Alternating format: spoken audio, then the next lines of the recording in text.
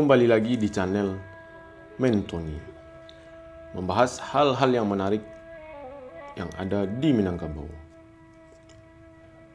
Berbicara tentang rumah gadang, yang terbayang hanya satu bentuk rumah gadang, seperti yang biasa kita lihat. Di balik atap gonjong yang berdiri gagah, tersembunyi sebuah perang dingin filosofis. Dua aliran adat, dua bentuk arsitektur yang sama-sama Minangkabau tetapi bertolak belakang. Yang menjadi perbedaan bukan hanya sekedar hiasan, tetapi sistem pemerintahan. Siap-siap. Kali ini kita akan membahas hal fundamental yang menjadi perbedaan rumah gadang Koto Piliang yang aristokratis dan rumah gadang Bodi Caniago yang egaliter. Bagaimana perbedaannya? Simak video sampai selesai.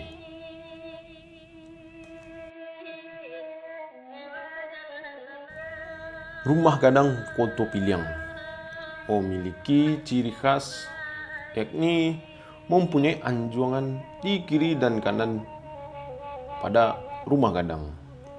Jadi ketika kita masuk ke dalam rumah gadang, di kiri dan kanannya terdapat anjungan yang posisinya lebih tinggi dari lantai dasar.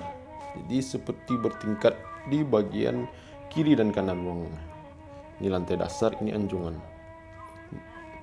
Ada yang setingkat, ada yang dua, ada sampai 3 tingkat. Jadi anjungan ini fungsinya apa? Anjungan ini berfungsi sebagai tempat duduk pemimpin atau penghulu kaum. Jadi pemimpin kaum posisinya terdapat di anjungan tadi. Seperti kata pepatah Minang, bajanjang naik, batanggo turun. Jadi Koto Piliang ini dalam membuat keputusannya tetap bermusyawarah, tetapi keputusan tetap diambil oleh pemimpin kaum. Makanya rumah gadangnya menggambarkan dari sistem pemerintahan yang hierarkinya jelas bertangga, dari masyarakat kaum, penghulu kaum sampai pemimpin penghulu-penghulunya tadi.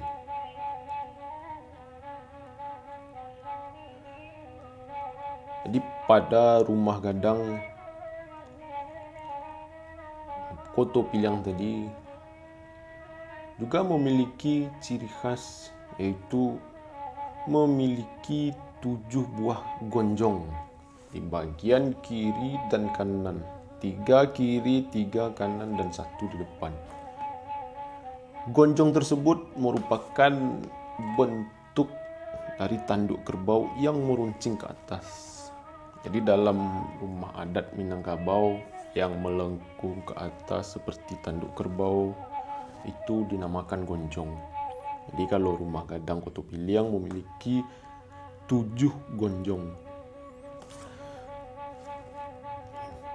1, ini 2, ini lagi 4, ini lagi 6, dan di depan 1.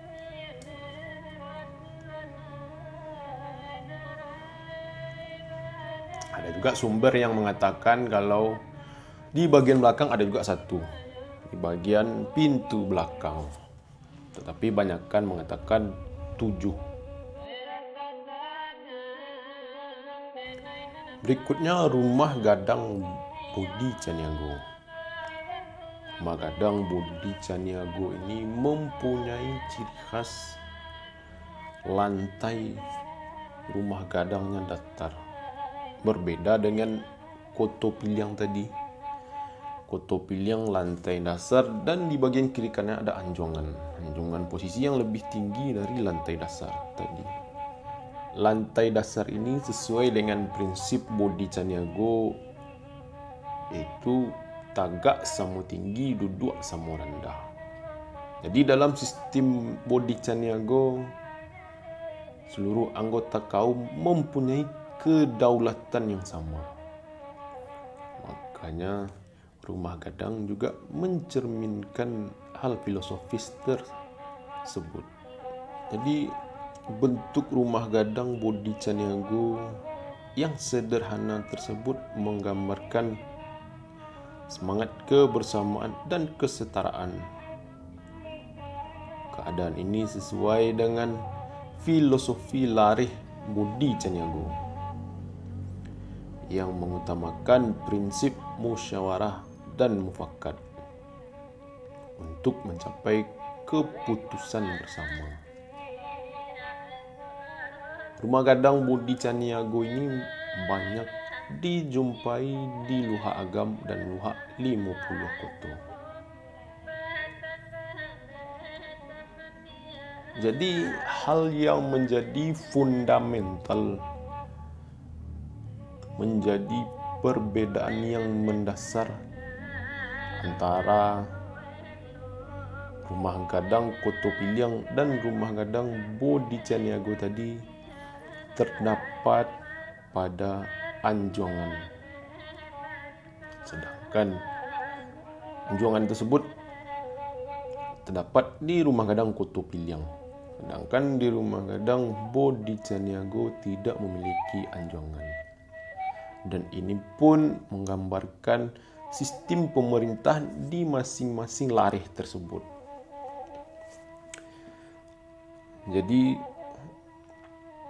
terdapat makna filosofis di rumah gadang di antara kedua larih tersebut.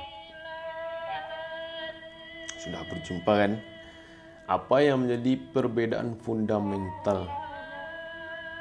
Walaupun sama-sama Minangkabau, tetapi mempunyai gaya pemerintahannya masing-masing di antara kedua larih tersebut, tetapi tetap disatukan dalam lingkup Minangkabau.